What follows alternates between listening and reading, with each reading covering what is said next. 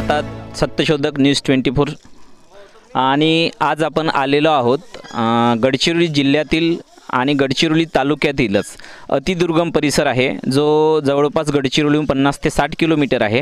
आणि आपण पाहतात की या गावामध्ये आपण जर परिसर पाहिला तर हा मला वाटते डोंगराळ प्रदेश आहे आणि भोवतालनं जंगल आहे, म्हणजे इंटेरियर एरिया आहे।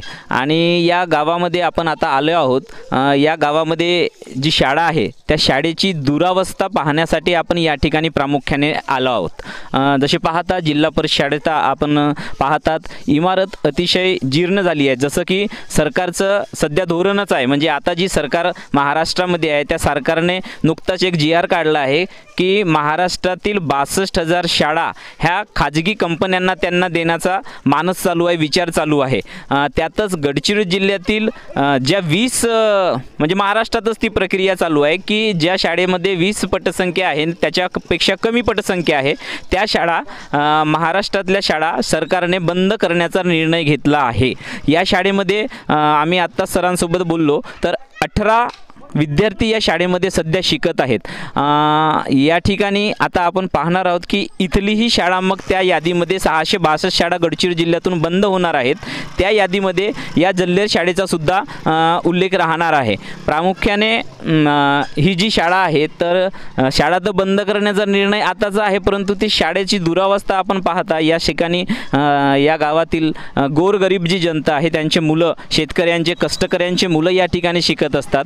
त्यांना शिकण्यासाठी इथून 5-7 किलोमीटर जाण्याची काही व्यवस्था इकडे नाही। इथं मला वाटते एखाद बस वगैरे येत असेल, ते पण आत्ता चालू झालेली आहे असं या गावकऱ्यांचं म्हणणं आहे। आपण थोडासा आतमध्ये जाऊन या शाळेची अवस्था पाहणार आहोत। सरकार किती दुर्लक्ष करतो अशा शाळांकडे, ज्या शाळेमध्ये इथला गोरगरीब शेतकऱ्यांचे मुलं ज्या शाळेमध्ये शिकतात। या भागामध्ये प्रामुख्याने आदिवासी बहुल हा प्रदेश आहे आणि आदिवासींचं गाव आहे। आदिवासी आमदार या जिल्ह्यामध्ये काम करत असतात। देवराव होडी यांचं विधानसभा क्षेत्र आहे हे गडचिरोली आणि त्या क्षेत्राचा हा शेवटचा जवळपास गाव आहे। इथून 4 किलोमीटर रामपुरी गाव आहे जे देवराव होडी साहेब यांचा रायपूर हा गाव आहे देवराव होडी साहेबांचा, म्हणजे या क्षेत्राचे जे आमदार आहेत त्यांचा तो गाव आहे। आणि त्या गावाच्या 4 किलोमीटर इथली शाळा असताना अद्याप आमदारांची सुद्धा या ठिकाणी कधीही भेट झाली नाही। आपण आतमध्ये जाऊन थोडासा पाहणार आहोत यासोबत।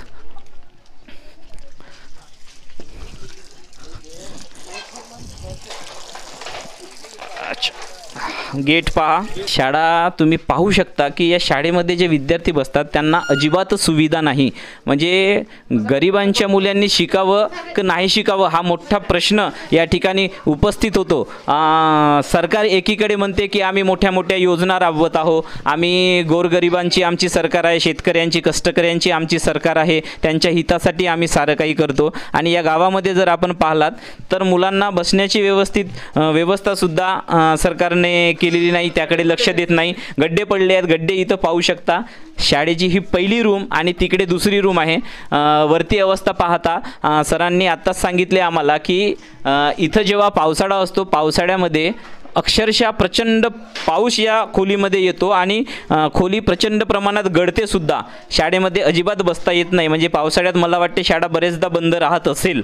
शाळा ही एक शिक्षकी आहेत, द्विशिक्षकी असते, परंतु इथं एकच शिक्षक सध्या कार्यरत आहेत कारण सरकारकडे मॅनपॉवर कमी आहे, शिक्षक कमी आहे। इथं आपण पाहतात मुलं दुसरे या रूममध्ये 2 वर्गाचे मुलं एकत्रित बसले आहेत आणि त्या रूममध्ये 2 वर्गाचे मुलं एकत्रित बसले आहेत। या ठिकाणी ही फरची आपण पाहतात तरी पण ही फरची जी आहे ही फरची आम्ही बोललो असता ही फरची काही सरकारने आपल्या निधीतून या ठिकाणी दिलेली नाही आहे। या गावच्या लोकांनी ग्रामसभेतून शाळेमध्ये आपले मुलं शिकतात व त्यांची काहीतरी सुविधा व्हावी, सोय व्हावी, ते शिकू शकले पाहिजे, प्रसन्न राहिली पाहिजे, म्हणून इथल्या गावकऱ्यांनी ग्रामसभेच्या खर्चातून ही फरची या ठिकाणी बनवलेली आहे। अत्यंत निरागस मुलं या ठिकाणी शिकतात आणि या मुलांकडे शासन हा प्रचंड प्रमाणात दुर्लक्ष दुर्लक्ष करतो आहे असं गावकऱ्यांचं म्हणणं आहे. शासनाने या शाळेंकडे लक्ष द्यावं. आमची गोरगरिबांची मुलं या शाळेमध्ये शिकतात आणि जो शासनाने शाळा बंद करण्याचा जो निर्णय घेतला आहे तो तात्काळ मागे घ्यावा अशी गावकऱ्यांची इच्छा आहे. म्हणजे शाळा बंद करू नये शासनाने, कारण खाजगी शाळेमध्ये शिकवण्याची ऐपत अजूनपर्यंत गावकऱ्यांची नाही. मोलमजुरी करून ते इथं आपले मुलं बाळं पाळत असतात आणि त्या परिस्थितीमध्ये जर मुलांना खाजगी शाळेमध्ये जर आपण पाठवलं तर त्याचा खर्च न झेपणारा आहे. त्यामुळे त्यांची इच्छा आहे की गावातल्या शाळा ह्या शासनाने जशाच्या तशा ठेवाव्या, त्या बंद करू नये, नाहीतर आम्हाला आत्महत्या करण्याची वेळ येईल अशा प्रकारची गावकऱ्यांची मागणी आहे. आपण पाहतात ही शाळेची किचनची शेड आहे, म्हणजे जिथं या मुलांना दुपारचा जो भोजन मिळतो तो भोजन या ठिकाणी बनत असतो. इथं ह्या ताई आहेत, ह्या ते भोजन बनवतात आणि हे किचन आपण पाहू शकता की किचनची अवस्था काय आहे. आपण समजून घेऊ शकता ही अवस्था पाहिल्यानंतर की सरकारचं किती लक्ष सरकारी शाळांकडे आहे आपण पाहू शकता. आणि सरकार म्हणते की आम्ही गोरगरिबांचे सरकार आहे. बघा, एखादा मुत्रीघर ज्या पद्धतीने असतो त्या पद्धतीने इथले किचनची अवस्था झालेली आहे. वरतीचे छत पाहू शकता, छत नाही आहे, ते उडलं आहे आणि सरकार इथं अजिबात निधी देत नाही. एकही रुपया खर्च करायला शासन तयार नाही, कारण त्यांना सरकारी शाळा बंद करायच्या आहे. पण आपण समजू शकता की जर ह्या सरकारी शाळा बंद झाल्या तर इथले मुलं कुठं जाणार आहेत, कुठं शिकणार आहेत. ते शिक्षणाची दारं बंद करण्याचा हा षडयंत्र आहे असा गावकऱ्यांचा म्हणणं आहे. ताईंना मी एकच प्रश्न विचारणार आहोत. ताई, मग आता इथं स्वयंपाक बनत नाही तर तुम्ही स्वयंपाक कुठं बनवता? बाहेर बनवत आहे मी. आता तुम्ही ऐका की हा स्वयंपाक इथं बनत नाही, मग तो बाहेर कुठेतरी झाडामध्ये स्वयंपाक बनवावं लागतं. सरकार एकीकडे मुलांना दुपारचं जेवण आम्ही देतो म्हणून मोठ्या मोठ्या बाता करत असताना इकडे गावात परिस्थिती अशी आहे की साधा शेड शासन त्यांना उभारून देत नाही व इथं स्वयंपाक होत नाही. पावसाळ्यात म्हणा किंवा काही आपत्कालीन स्थिती आली तर बाहेरसुद्धा तो स्वयंपाक होऊ शकत नाही. म्हणजे कितीतरी दिवस हा असा अपव्यय होत असेल. आपल्यासोबत गावातील काही मंडळी या ठिकाणी उपस्थित आहेत. त्यांचं म्हणणं आपण जाणून घेणार आहोत की सरकारने जे सध्या 20 पटसंख्येपेक्षा शाळा बंद करण्याचा जो निर्णय घेतला आहे त्या निर्णयावर आपली काय मतं आहेत बा? शाळा इथली बंद झाली पाहिजे की चालू राहिली पाहिजे, यावर फक्त 2 शब्द सांगा पुन्हा एक. आमचं म्हणण्याचा उद्देश असा आहे की आमच्या शाळावरून कसं गाव लेवलवर आहे आणि कोणताही गरीब माणूस त्यापर्यंत उच्च शिक्षण त्याला देण्यास काही अपात्र आहे आणि उच्च शिक्षण देण्यासाठी त्याच्याकडे आपल्याकडे पैसा नाही, आर्थिक व्यवस्था नाही आहे. आणि आपलं स्वतः जीवन जगण्यासाठी तो माणूस काय करते, इकडे तिकडे धावपळ करते. पण मुलाच्या समोरचं भविष्य कसं व्हायला पाहिजे म्हणजे आपलं म्हणणं आहे की गावातील शाळा आम्हाला चालू पाहिजे. चालू पाहिजे, आमची गावची शाळा चालूच पाहिजे. आपलं का म्हणणं आहे या गावातली शाळा आपल्या चालू पाहिजे? आपल्या गावाची.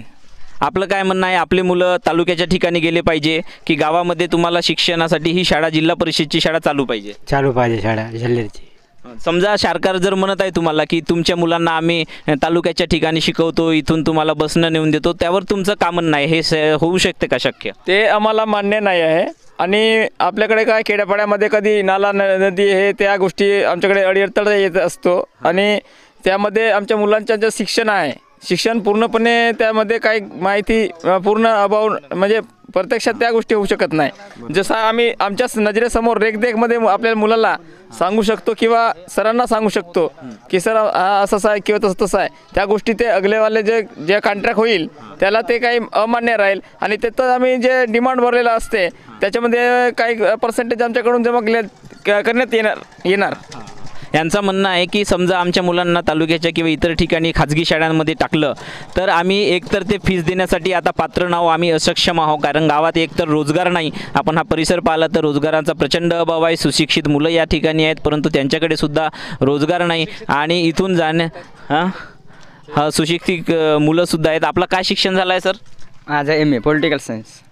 MA पॉलिटिकल सायन्स झालेला मुलगा या गावामध्ये आहे. आपण काय करता सध्या? सध्या मी आता जे BEdला एज्युकेशन घेता, माझे कमी पर्सेंट असल्यामुळे मला जे काही नंबर मिळालं पण जास्त पैसे असं स्थिती आलं की पैसे जे फीज 35 ते 40,000 त्याच्यामुळे माझ्याकडे त्यावेळेला नव्हते. त्याच्यामुळे मी BEdसाठी तुम्ही ॲडमिशन करणार होते परंतु पैसे नसल्यामुळे बघा पॉलिटिकलचा विद्यार्थी आहे. त्यांनी BEdसाठी ॲडमिशन करण्याचा प्रयत्न केला, परंतु पैशाअभावी त्यांचा नंबर लागलेला नाही आहे.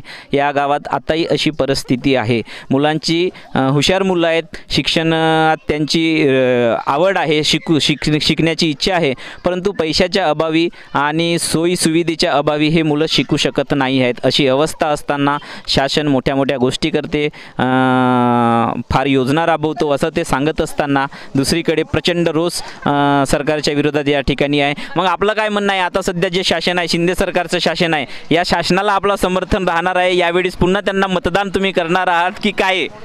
जो आम्हाला योग्य असेल त्या पद्धतीने आम्हाला निर्णय ज्याप्रमाणे पूर्वी होता त्याचप्रमाणे जर असेल तर आम्ही त्या गोष्टीवर आम्ही मान्य आहोत. पण आता शासन आपले जे महाराष्ट्र शासन आहे ते जर कॉन्ट्रॅक्ट करत असेल हे शाळा वगैरे ह्या सर्व गोष्टी नाही का, जे आम्हाला आजपर्यंत लाभ मिळत आहे शासनाकडून, त्या लाभेपासून आपल्याला वंचित जर करत असेल तर मग आम्ही त्याला कोणत्याही प्रकारचं आम्ही मत आणि कोणत्या प्रकारचं काही देऊ शकत नाही. या आधीची सरकार तुम्हाला बरी वाटत होती की आता जी चालत आहे ती सरकार तुम्हाला बरी वाटत आहे? आम्हाला आता कसं आहे ते त्याच्यामध्ये सर्वप्रथम म्हणजे काँग्रेस जो सर्वप्रथम पूर्वी होता त्याच्यामध्ये आजपर्यंत कोणत्याही गरीब माणसाला किंवा कोणत्याही स्त्रीला तर त्या गोष्टीपासून म्हणजे आजपर्यंत त्यांना कमतरता नाही वाढलेली होती. परंतु आज जो भाजपा आहे आलेला आहे त्याच्यामध्ये काय GST SGST या लागू करून आणि आपण जो दैनंदिन वापरामध्ये जो खर्च इन्व्हेस्ट करतो त्याच्यामध्ये कसं असते की सर्व आम्ही GST भरूनच आम्ही खात असतो. बरोबर, हे लक्षात आलं आम्हाला. आणि ते महाग आहेत, पेट्रोल म्हणा किंवा डिझेल म्हणा, या गोष्टी तर सर्व गोष्टी महागत आहेत.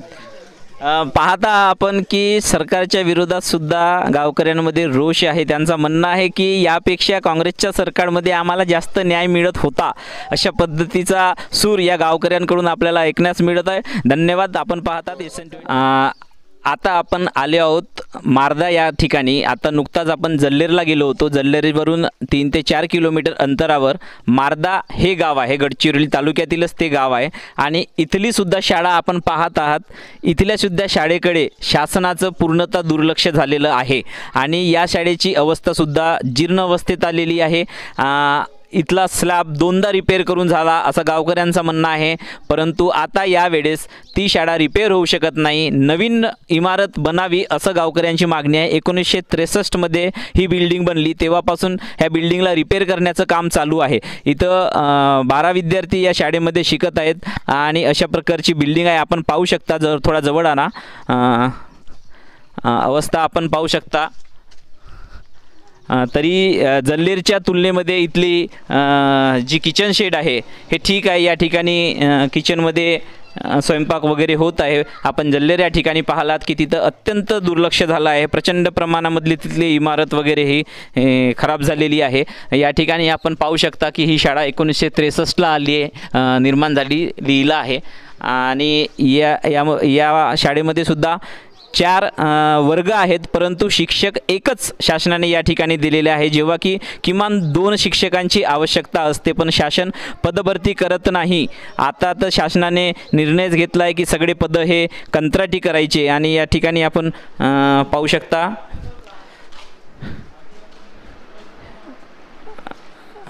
जल्लेरच्या तुलनेत थोडी बरी जरी असली तरी वरती आपण पहा की पावसाळ्यामध्ये इथली सुद्धा अवस्था अत्यंत खराब आहे. अवस्था पाहू शकता, इथलं पूर्णतः पाणी येते, इथून पाणी गळते. बिल्डिंग हे खचण्याच्या तयारीत दिसत आहे. पावसाळ्यामध्ये धोकादायक बिल्डिंग आहे. इथं पण पाहू शकता आपण पाहू शकता या ठिकाणी हा वॉल कंपाऊंड आहे शाळेचा. त्या वॉल कंपाऊंडची परिस्थिती आपण पाहू शकता की पूर्णतः खचलेला आहे आणि तिथं वेळू बांबू लावून कसं तरी तो रिपेअर करण्यात आलेला आहे. इकडे या आपण, ही एक इमारत आहे. इकडे 2 वर्ग खोले आहेत. आपण पाहू शकता की ही तर अतिशय खराब झालेली आहे. हिची अवस्था फार वाईट आहे. पाहू शकता आपण, कुठल्याही सोयी सुविधा सरकार शाळेला पुरवत नाही असं गावकऱ्यांचं म्हणणं आहे. शिक्षक तर ते काम करतात, त्यांना करावं लागते, परंतु गावकऱ्यांचं म्हणणं आहे की शासन स्तरावरून कुठल्याही प्रकारची सुविधा इथल्या शाळेंसाठी, इथल्या पोरांसाठी होत नाही. शिक्षण विभागाचं पूर्णतः दुर्लक्ष इथल्या शाळेंवर आहे. सरकारचं दुर्लक्ष झालेलं आहे. गावातील सरपंच या ठिकाणी उपस्थित आहेत. सर, आपलं नाव काय? नारायण पोटावी. नारायण पोटावी म्हणून या गावचे सरपंच आहेत. सरकारचा सध्या निर्णय असा आहे की ज्या शाळा आहेत, सरकारी शाळा आहेत, त्या शाळा बंद करण्याच्या तयारीत आहे. म्हणजे जिथं 20पेक्षा विरोधच करावं लागेल, कारण आपले इकडले आपण त्यांना म्हणजे पैसे देऊन आपण शिकवू नाही शकत. गावातली आपण कमीत कमी 4-5 वर्ष म्हणजे 4-5 वर्ग इथं शिकले म्हणजे इथून मग आश्रमशाळेत पुढच्या शिक्षणाकडे आपण ते मोफत. आपण काय गरीब माणसं इकडले रोजीरोटी करून खाणारे लोक आहे. आणि ह्या शाळेचं आणि या बालकंपांचं इतके 4 का 5दा आम्ही प्रस्ताव पाठवलं, पण अजूनपर्यंत कोणी इकडे घुंकून नाही पाहिलं. पण इकडचे लोकप्रतिनिधी, जिल्हा परिषद सदस्य किंवा पंचायत समिती सदस्य ते येऊन पाहतात? नाही, कोणी येऊन पाहत नाही. जिल्हा परिषद सदस्य येऊन नाही पाहत ना, पंचायत समिती सदस्य. कधी आमदार वगैरे येऊन बघितले इकडे? आमदार येतात, निवडते, कोणाकडे येतात का करतात माहीत नाही. निवडते त्यांचे निवड तोतांडच राहते. निवड येतो म्हणतात खरं, लोकांना सांगतात खरं, पण गावात भेटीगाठी किंवा कोणत्या अशा समस्या ह्या पाहून नाही जात कधीच. आमदार एका बाजूला म्हणतात की जिल्ह्याचा प्रचंड विकास झाला आहे, आम्हाला निधीची गरज नाही, परंतु आपण या शाळा पहा आणि आपल्याला लक्षात येते की निधीची गरज आहे की नाही आहे. तो निधी जर या शाळेंच्या सुधारणेसाठी, स्थितीसाठी वापरला, नवीन इमारत उभारण्यासाठी वापरला, तर इथल्या गावकऱ्यांचे, जे गोरगरिबांचे, कष्टकऱ्यांचे मुलं आहेत, त्यांच्यासाठी इथं चांगल्या प्रकारची शाळा उपलब्ध होऊ शकते. आम्ही काही मुलांना भेटलो आणि मुलांसोबत बोललो, तेव्हा आम्हाला लक्षात आलं की मुलं हुशार आहेत. मुलं हुशार असताना त्यांना सुविधा मिळत नसल्यामुळे, सुविधांचा अभाव असल्यामुळे त्यांचा गुणात्मक विकास या ठिकाणी होत नाही. अशा प्रकारे जर शाळा असली तर ते प्रसन्न वातावरण नसतो आणि या अभावामध्ये ते शिक्षण घेत आहेत. गावकऱ्यांचा या सरकारवर प्रचंड रोष या माध्यमातून दिसत आहे. पैसा नसल्यामुळे ते खाजगी शाळेमध्ये त्यांना शिकवू शकत नाही. याच्यातून मोठे झाल्यानंतर मुलं आश्रमशाळेत आम्ही पाठवतो असं गावकरी म्हणतात आणि इथले सरपंचांनी सुद्धा आपल्याला ह्या गोष्टी सांगितलेल्या आहेत. जल्लेर आणि मारदा या 2 गावानंतर आता आपण आलो आहोत त्याच भागातील, म्हणजे जवळपास 3 ते 4 किलोमीटर एक गाव आहे. हा गाव आहे तोहगाव आणि तोहगाव येथील जिल्हा परिषद शाळेच्या समोर आपण उभे आहोत. गावकरीसुद्धा आपल्यासोबत आहेत. शासनाचा जो निर्णय आहे त्या निर्णयावर आपण प्रतिक्रिया घेणार आहोत. निर्णय कोणता? तर सरकार जे म्हणते की महाराष्ट्रातील 62,000 शाळा आहे खाजगी कंपनींना द्यावं, म्हणजे प्रायव्हेटायझेशन त्यांचं करावं. आणि दुसरी गोष्ट म्हणजे ज्या गावातील शाळेमध्ये 20पेक्षा कमी पटसंख्या असणाऱ्या शाळा आहेत त्या शाळा बंद करण्यात येतील, असं शासनाचं एक नवीन धोरण आलेलं आहे. त्या धोरणावर आपण प्रतिक्रिया घेणार आहोत. कारण जर या गावातील शाळा जर बंद झाल्या तर इथल्या मुलांना शिक्षणापासून वंचित राहावं लागणार आहे. या गावामध्ये बसेस येत नाही, ट्रॅक्स येत नाही, कोणतीही सुविधा नाही. गावात सगळेजण मोलमजुरी करून आपला कुटुंब निर्वाह करत असतात. त्यांना खाजगी शाळेमध्ये मुलांना पाठवणे हे अजिबात शक्य नाही. गावात कशी तरी शाळा असली तर ते मुलांना शिकवू शकतात आणि तिथं पाठवू शकतात, परंतु इथून 3, 4, 5 किलोमीटर जर शाळा असली तर तिथं नेणारा कोण, आणणारा कोण, मग ती व्यवस्था यांच्याकडे नाही. त्यामुळे इथं गावकऱ्यांच्या मनात प्रचंड समस्या निर्माण झालेल्या आहेत. आपण गावकऱ्यांसोबत थोडंसं या विषयावर बोलणार आहोत. सर, गावामध्ये आता जी शाळा आहे आपली, तर अशा प्रकारच्या शाळा गडचिरोली जिल्ह्यामध्ये अजूनही काही गावामध्ये शाळा पोहोचल्या नाही. तुमचं अतिशय दुर्गम गाव आहे. या पुढे कोणता गाव आहे? एक केडीगट्टा. या गावामध्ये अजूनपर्यंत रस्तासुद्धा नाही आहे असं आपलं म्हणणं आहे. तिथले मास्तर कसे जातात माहीत नाही.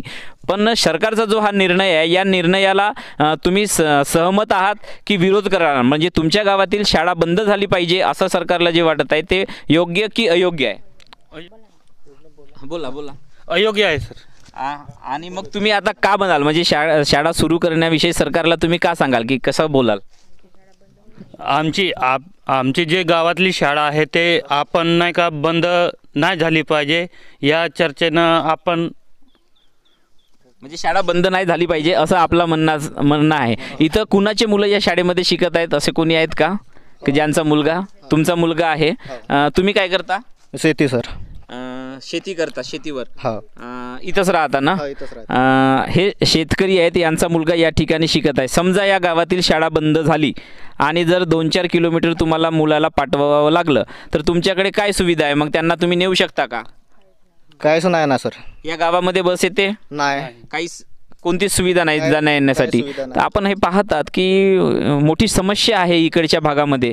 या भागामध्ये रस्ते बरोबर नाही, गावात गाड्या येत नाही ना. अशा परिस्थितीमध्ये जर सरकारने शाळा बंद केली तर या गावकऱ्यांनी हे मुलं आपण पाहतात हे छोटे छोटे मुलं आहेत, यांच्या शिक्षणावर गदा येणार आहे, हे शिक्षणापासून वंचित राहणार आहेत. म्हणजे शासन एका बाजूला मोठ्या गोष्टी करतो, इथले आमदार होडी असे म्हणतात की आमच्या जिल्ह्याचा विकास झालेला आहे आणि तुमच्या गावापासून मला वाटते 5-7 किलोमीटर त्यांचा गाव आहे. या ठिकाणी कधी गावात आले का ते? नाही ना सर, आजपर्यंत अजून या तोगावला गावात येऊन नाही पाहिलं. तोगावला ते 5-7 किलोमीटर गाव असून सुद्धा कधी येऊन बघितले नाही आहेत. आणि ते म्हणतात की आमच्या जिल्ह्याचा विकास झाला, निधीची गरज नाही. या गावात रस्ते नाही साधे, आणि जर तो निधी या रस्त्यांसाठी जर वापरला शासनानं, इथल्या शाळा सुधारण्यासाठी जर वापरला तर या गावांची अधिक प्रगती होऊ शकते. करणाऱ्या सरकारांचा शाळा बंद करणाऱ्या सरकाराचा निषेध असो, शाळा बंद करणाऱ्या सरकाराचा निषेध असो.